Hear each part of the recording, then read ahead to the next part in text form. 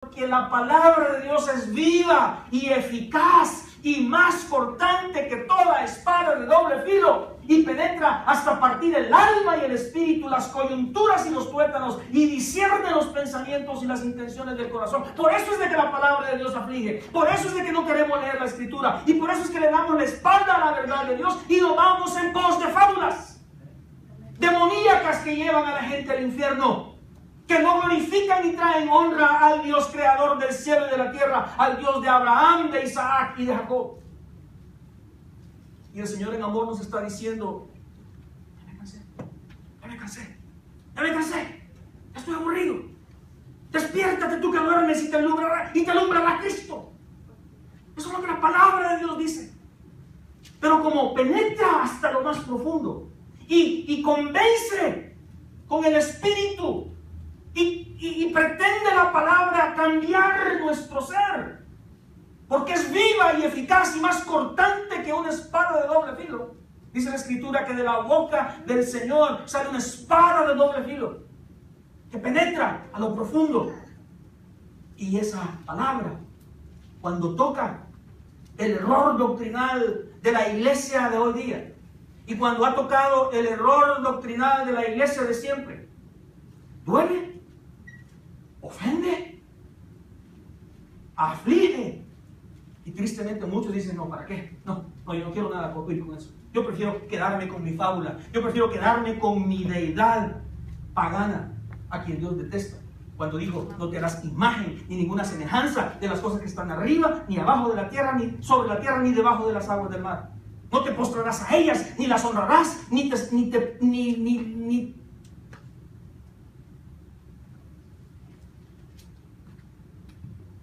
vergüenza no debería de dar querer defender. La palabra de Dios es viva y eficaz, más cortante que espada de dos filos, y penetra hasta partir el alma y el espíritu, las coyunturas y los tuétanos, y discierne los pensamientos y las intenciones del corazón. Y 2 de Timoteo 4:1 dice: te encarezco delante de Dios y del Señor Jesucristo, que juzgará a los vivos y a los muertos en su manifestación y en su reino, que prediques la palabra, que instes a tiempo y fuera de tiempo, redarguye, reprende, exhorta con toda paciencia y doctrina. Hermano, tú estás hablando en contra de los falsos profetas, de los ungidos de Dios. No son ungidos de Dios, son ungidos del diablo. Y la escritura aquí nos está dando a nosotros la autoridad, y nos está dando a nosotros la carga, y nos está poniendo a nosotros la obligación de que prediquemos, que instemos a tiempo y fuera de tiempo, cuando valga la pena y no valga la pena, cuando sea conveniente y no sea conveniente, que redarguyemos, que reprendamos, que exhortemos con paciencia y con toda doctrina a la luz de la escritura. A la luz de la escritura, mis hermanos. Porque si cualquier hombre se presenta en el canal cualquiera que sea, o se presenta en la radiodifusora cualquiera que sea, y que en el nombre de Dios comience a hablar locuras que van en contra de la palabra, ese no es hombre de Dios. Por eso es que nosotros abrimos la escritura y permitimos de que el Señor hable a nuestro corazón. Doctrina, con paciencia, cosa que a mí me falta mucho.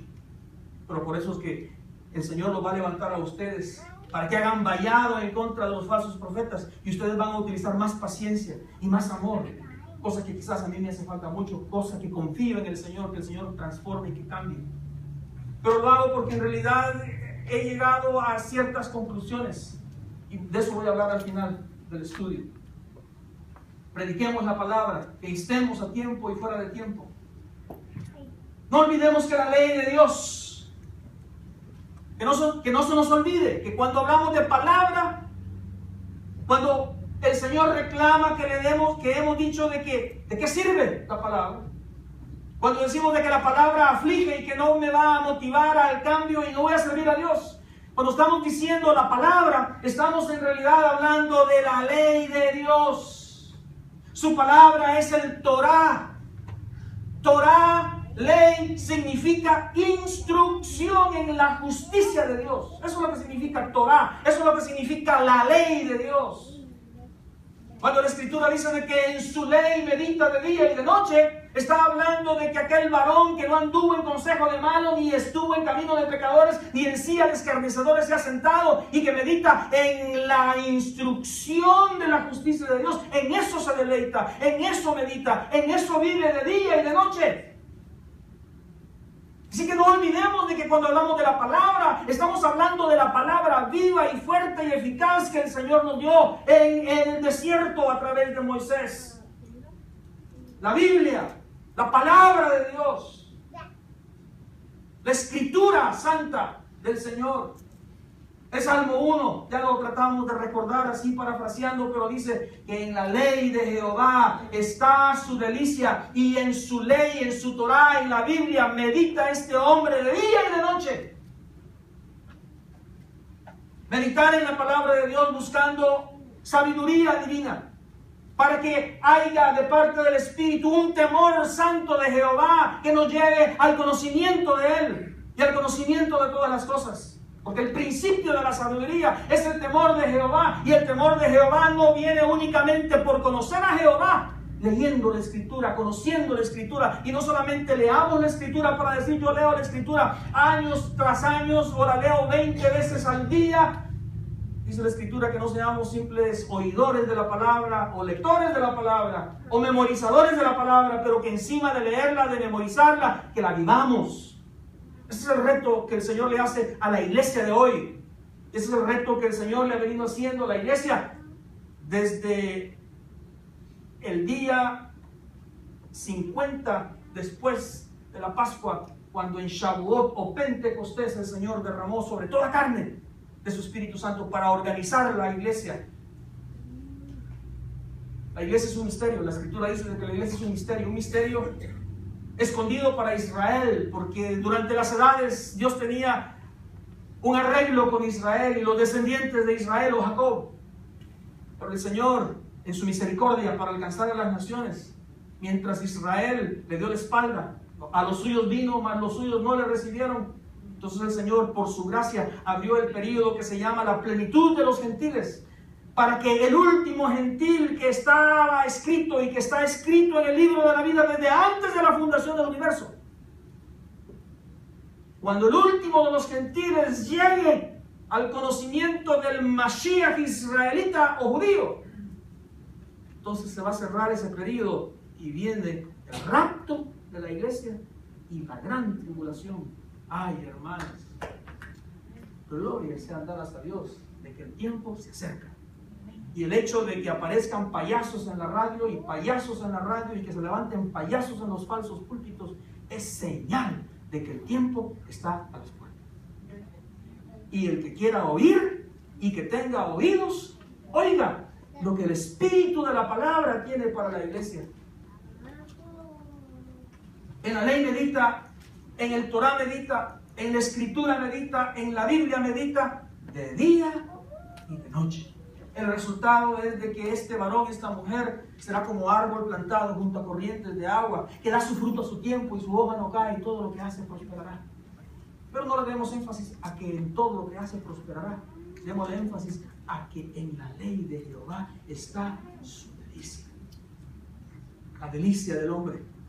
Como David decía, entro por los atrios con acción de gracias. Entro por sus puertas con alabanza. Entro a bendecir su nombre, porque Jehová es bueno y porque para siempre es su misericordia.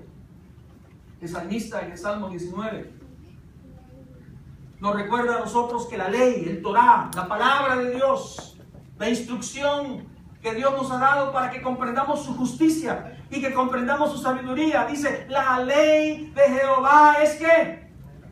Es perfecta. Perfecta significa de que no tiene error. Significa de que no tiene falla.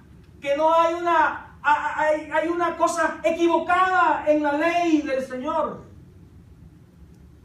Pero nosotros nos hemos ido en pos de fábulas.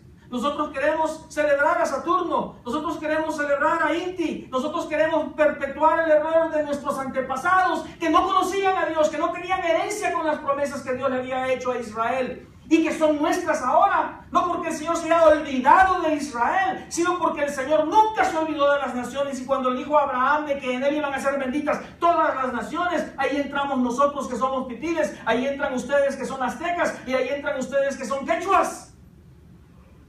Antes adorábamos a los dioses falsos, antes adorábamos a los dioses paganos, antes nos postrábamos delante de las cosas hechas y creadas por el Creador, pero Dios en su infinito amor y misericordia, con el gran amor con el cual nos amó, tuvo a bien hacerse hombre, hacerse carne y venir a derramar su sangre en la cruenta cruz del Calvario para que todos tuvieran oportunidad de arrepentimiento y que pudiéramos decir: Señor, tú eres el Hijo de Dios viviente.